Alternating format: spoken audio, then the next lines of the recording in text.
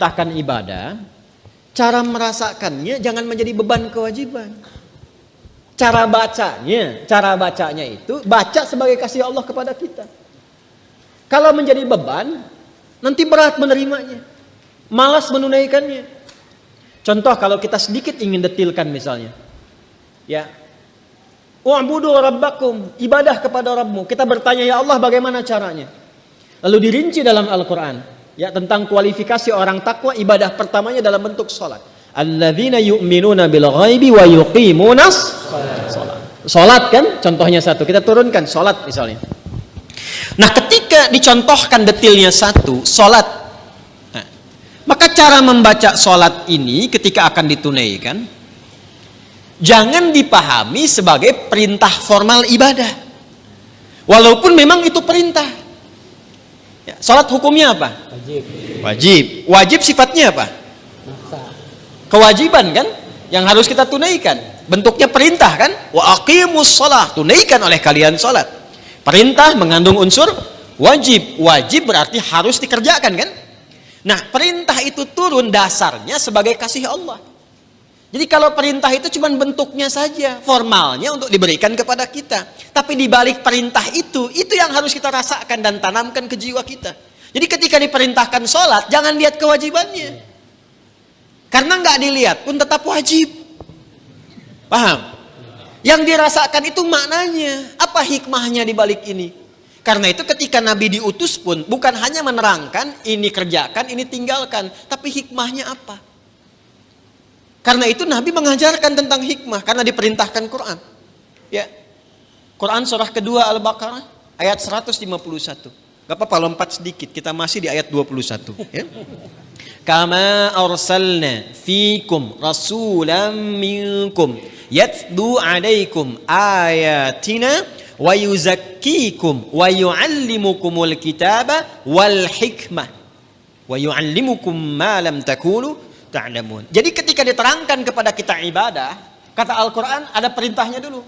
Makanya ibadah yang ditanya perintahnya.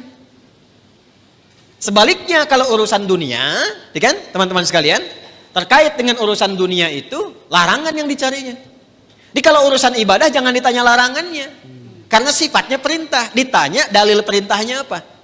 Saking sayangnya Allah, gak usah banyak-banyak, ini aja yang diperintahkan kerjakan. Jadi jangan tanya larangan. Kalau ditanya larangan gak akan ketemu dalilnya. Sholat subuh berapa rakaat? 2. Boleh nggak 3? Kan gak ada larangannya. Ada nggak larangan ditemukan sholat subuh 3 rakaat? Sampai kiamat kurang 2 hari nggak akan ditemukan. Karena memang salah pendalaman. Kalau ibadah itu yang dicari perintahnya. Kalau ada perintah kerjakan, maka turun ayat sebagai dalil. Ya, konsepnya begitu. Kama arsalna fikum rasulam minkum yatlu alaikum ayatina. Turun ayat dari kami. Apa ayatnya? Dalilnya apa? Wa aqimus shalah. Baru kita sholat. Lihat prakteknya dari Nabi. Contohnya bagaimana? Dibatasi, saking sayangnya Allah gak usah banyak-banyak. Tapi kalau kita ikuti dapat hasilnya. Nah sekarang bagaimana menjalaninya? Setelah turun ayatnya, belajar cara melakukannya, bahas juga hikmahnya supaya nikmat menjalani ibadahnya. Karena ketika ayat diturunkan, hikmah menyertainya. Itu permintaan turunnya hikmah itu sampai dimohonkan 2 orang Nabi dan Rasul, ayah dan anak.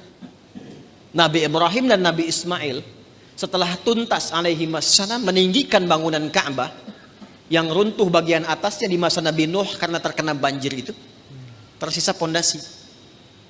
Masih ingat 2 tahun lalu saya terangkan? Ya kan? Pondasi bahasa Arabnya kalau satu kaidah. Kalau banyak jamak qawaid. Meninggikan bahasa Arabnya rafa'a yarfa'u. Ya. Yarfa'u. Ka'bah itu pertama kali ditetapkan oleh Allah sebagai kiblat manusia, disebut bait. Inna awwala baitin wudi'a lin-nas, bait. Di Ali Imran ayat 96 itu. Di era Nabi Nuh alaihissalam terkena bagian banjir atasnya, tersisa pondasinya. Ka'bah ada berapa titiknya? 4 ya, kurang lebih gitu kan. Berarti setidaknya pondasinya ada berapa sudut? 4 bagian. Kalau 4 jamak atau tunggal? Jamak. Berarti harus bentuknya qawaid. Meninggikan tadi apa? Yarfa. Apa yang ditinggikan? Bait. Buka Al-Baqarah ayat 127. Paling kiri sebelah atas di mushaf. Wa idh yarfa'u Ibrahimul qawa'ida minal baiti wa Ismailu.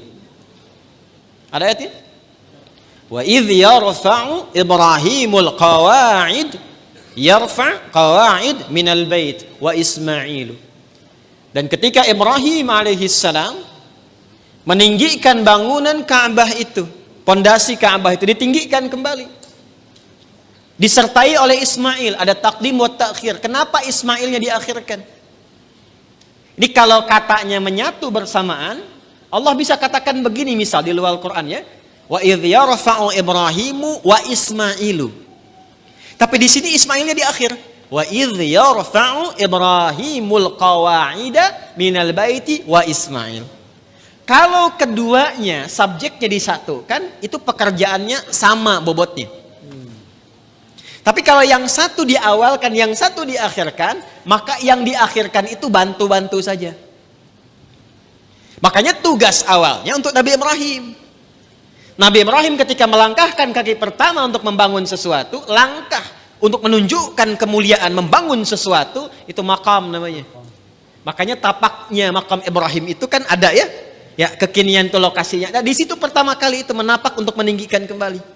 Begitu kemudian mau membangun, meninggikan, anak datang. Nanti saya rinci saat Idul Adha. Datang merasakan beban ayah. Itu tidak mudah menemukan anak yang ketika ayahnya kerja merasakan itu ingin bantu, itu nggak mudah.